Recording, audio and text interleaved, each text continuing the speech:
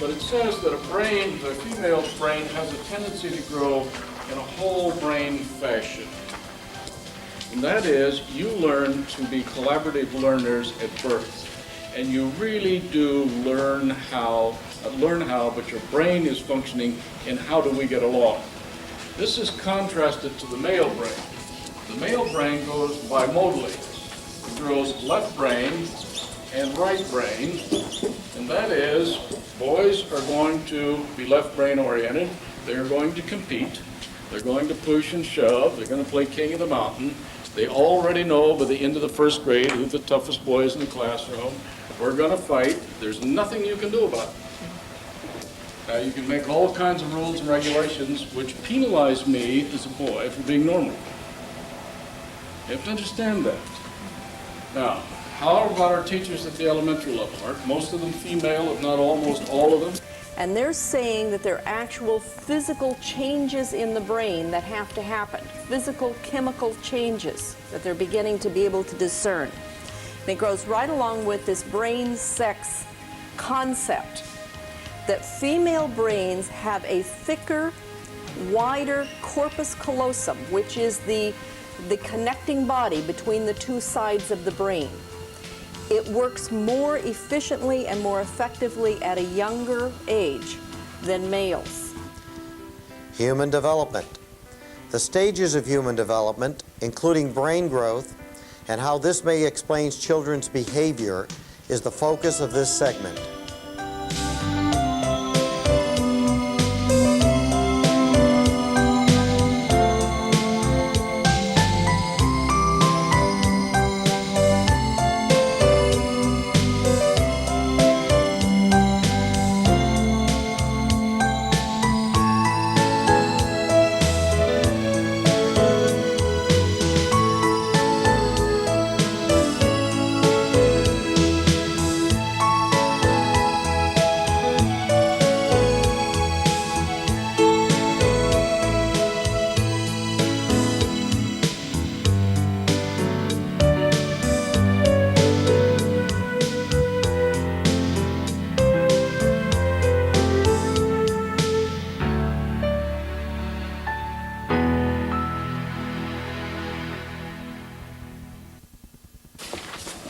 First of all, let's take a look at little boys and little girls by the time they're 3 months old. I don't know if you're aware of it, but the statistics are still clear. The male is in the minority. Male babies are weaker, more of them die, more of them are injured at birth, more of them fail to reach the age of 5 than girls. There's also a book out called Brain Sex. The lead author, is a lady whose last name is Moir, M-O-I-R. It's published in England. Talks about the differential of the way the female brain grows and the male brain grows. More important, or equally important, when little boys and little girls enter school, kindergarten, I think it's fair to say that the girls are about 7 months more mature in what we call social capital, in other words, how to get along in the classroom. Little girls stand there in their nice little dresses in a row, and they're like they're supposed to. How do little boys stand? Shut, push. Okay? We really don't have any choice as boys. What the book by the Brain Sex book points out, and maybe Sherry can get into it for a little bit pretty soon, but it says that the female's brain has a tendency to grow in a whole brain fashion. And that is, you learn to be collaborative learners at birth. And you really do learn how, but your brain is functioning in how do we get along. This is contrasted to the male brain. The male brain goes bimodally. It grows left brain and right brain, and that is, boys are going to be left brain oriented. They're going to compete. They're going to push and shove. They're going to play king of the mountain. They already know by the end of the first grade who the toughest boy is in the classroom. We're going to fight. There's nothing you can do about it. Now, you can make all kinds of rules and regulations which penalize me as a boy for being normal. You have to understand that. Now, the right brain is associated with the creative part of the head and the affective part, the emotional part. You'll even find in adult men that for us to be emotional, we have to physically shut down the left side, that it doesn't flow back and forth easily. What we have to do is to get into the mood, then we drop this competitiveness, and then all of a sudden we can relate to you on an emotional level. That females can go back and forth very easily. Now, let's take another step forward. We find at the 3rd grade level in the literature with impunity, and there's something like 2,000 studies, that we can easily identify potential dropouts or potential at-risk kids, potential convicts in later life. Let's talk about it and see the reason why. There's 2 gentlemen, one by the name of Epstein, who did some work on actual brain growth, and by Topfer, who took the findings and combined them together to point out that maybe we have some difficulties in terms of understanding kids' growth. Now, the yellow line represents a learning pattern. And the learning pattern says that kids really do not learn in a straight line. That kids learn in the right brain or affective learning. They're loved and cuddled and so forth. Then all of a sudden, they learn a lot in terms of the cognitive brain. Then they learn a lot in the affective brain. Then they learn a lot in the cognitive brain, in the affective brain, the cognitive brain, and lo and behold, here we are in the 3rd grade in the affective brain from 8 to 10 years of age. During that time, males' brains seem to shut down on the learning side, and they're more interested in the social side, and that's where the brain is growing. And it's during this time that we seem not to be able to retain anything. Well, it's 3 times 6. I've got to write it down 20 times. Okay? It's because in a year's time in academics, I'll only retain about 3 months actual academic growth during this time. Then we all of a sudden kick into gear from 10 to 12 years of age. We'll say, my goodness, that kid is gifted. Look how much he's learned. And then they hit junior high school. We say, we have a retarded child. Right? Brain damage. All right, let's take a look at some of the behaviors. Girls, first of all, hit this plateau first, and it's what Sherry and I call the Benetton kids. All of them look alike. Okay, one comes to school one day with a barefooted in one foot and a high heel on the other, and what happens the next morning? You can tell these kids what the age they are, and I don't care what the culture is, where in the world, because all of the girls are doing what in the middle school? Cheerleading things. You can tell, either that or they're stopping to look at themselves in the mirror. They walk by the so-called windows in the stores, or they're in high heel training. Okay? Or they're now learning the expertise of makeup, and that is from here to here. Right? It's the look-alike time, isn't it? During this time, these kids cannot retain but about 3 months out of every year's content put into their head. Now, what do we do with them? We fail them, don't we? We mark them down, we make them stay in, we beat them with a whip. All because they're going through a normal growth pattern in life. And there's not really one heck of a lot these kids can do about it. It's a normal growth. The brain growth is this way. All we can do as parents is to hang on. Okay? Organization is the part that during the middle schools that people try to teach. NF kids have a hard time learning it. Period. Some kids leave in the morning and they have their notebook all set. You've helped them. Their homework is in place. And so help me God, 15 blocks away, and they check into first period class, they can't find anything. Sound normal to you? Children are learning. When we talk about the flat brain growth time, they are learning. It's just that they're not learning as easily or as rapidly or as effectively as they learn at other times. This is a time for practice. This is the time to take the kinds of concepts they've learned and find ways to reinforce that and help them practice and keep them on target and set good patterns. The other thing is they're going through rapid affective growth. And what that means is this is a perfect time to teach them in cooperative groups. Teach them how to be a member of a team. Teach them how to listen and respond appropriately with others. teach them those kinds of skills that are going to be critical for them as adults in how to get along with each other. They're very interested now.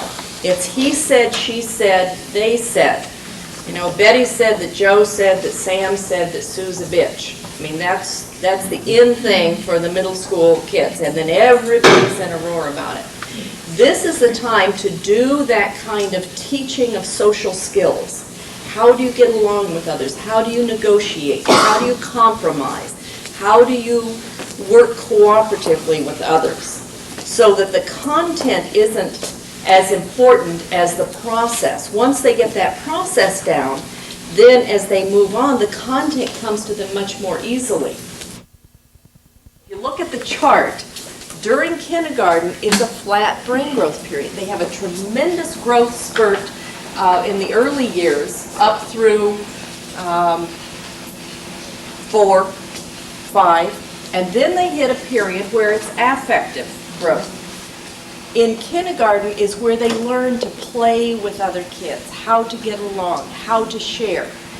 One of the things we've made a mistake with is assuming that the cognitive content, the academic content, is the primary reason they're in school. And therefore, if they're not learning more academically, then nothing's happening. When in fact, both parts of learning are equally important. We have many, many people out in the job market who can't keep a job. They know how to do the job, they've got good skills in how to do the job, but they can't get along with the other people they work with, and they lose their jobs. 80% of the people who lose jobs in non-recession times lose jobs because they can't get along with their co-workers. So as parents, when we look at this, we need to, yes, we need to value academic growth, and we need to monitor that and make sure kids are moving along, but we also need to value the affective growth. And by affective, we mean emotional, social, getting along with other people, being part of a team. So when your child goes into kindergarten, it seems like they're not learning a lot. They're learning a tremendous amount. It's just not academic in nature. This also happens at other times. You can see that it's a stair-step kind of progression. And when you have that flat brain growth, what's happening is equally important. It's just different. One of the things when you look at the cognitive growth, the brain growth, and you remember it went like this, that there are times when there's rapid cognitive growth, and then there's what we call brain plateaus, and that's time when there is there's rapid cognitive growth, and then the flat brain growth period is a time of affective growth. There is a theorist who has proposed and has studied, and I think has data to demonstrate, that each one of these steps is essential, and that if you miss one step, if a child misses one step, for example, if the child continues out here without this period of cognitive growth, they will forever be learning disabled. In other words, there's a part of the cognitive growth in the brain that hasn't happened, cognitive development. Likewise, for those people who are tempted to continue pushing their children academically and not allowing them what they need in terms of affective social growth, getting along with kids, etc. These kids are affectively disadvantaged. In other words, they forever have trouble getting along with other kids, being part of a team, cooperating.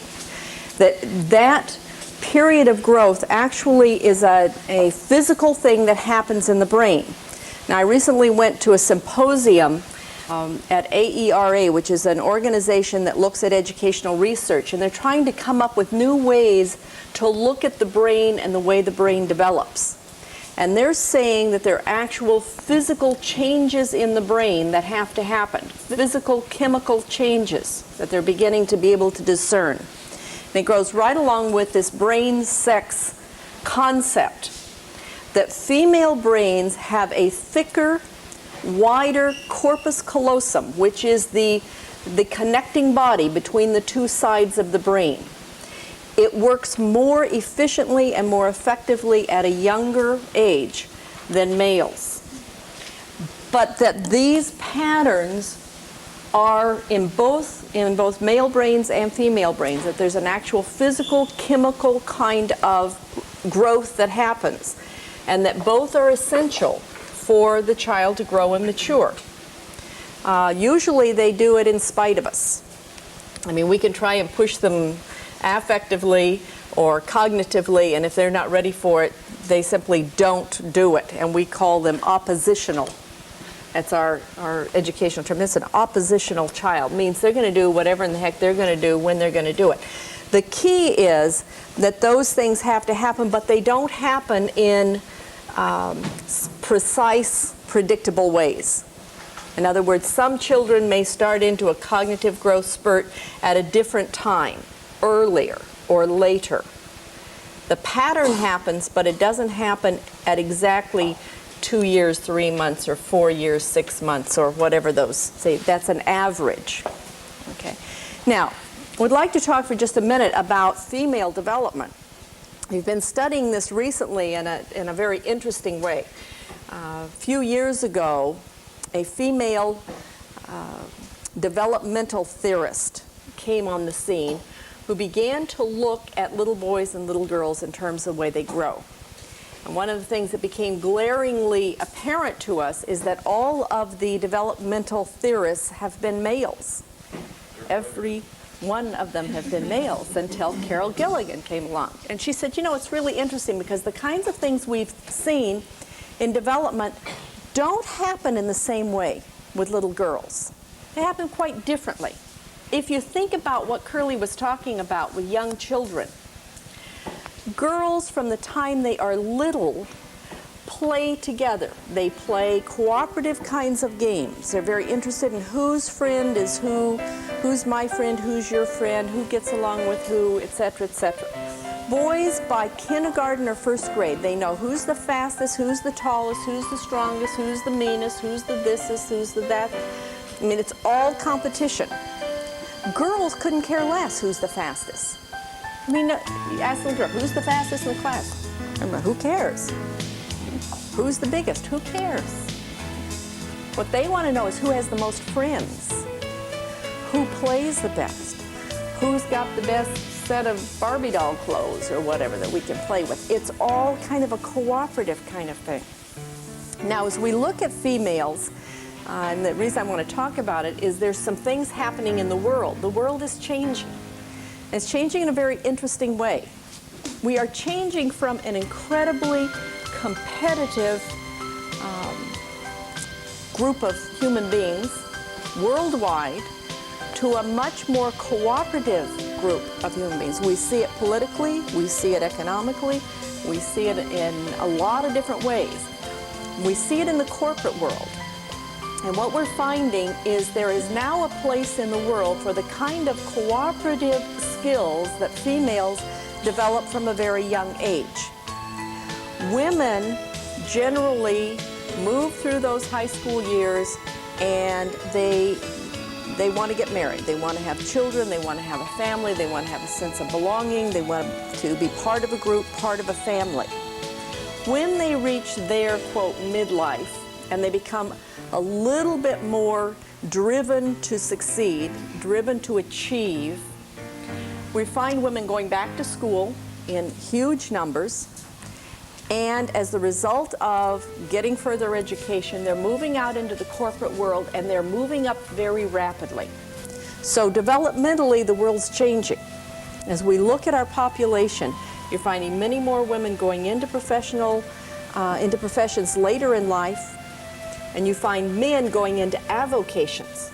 They compete, they get to the point where they say, this is as high as I'm going in my company. I think I'd rather, do something else. And I guess the point is, as we look at our kids and their developmental levels, we need to really be aware that we're going through changes.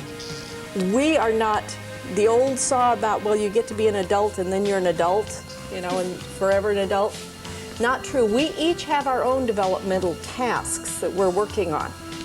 And they are different for males and females. So when we talk about refilling your emotional well as a family, as a couple,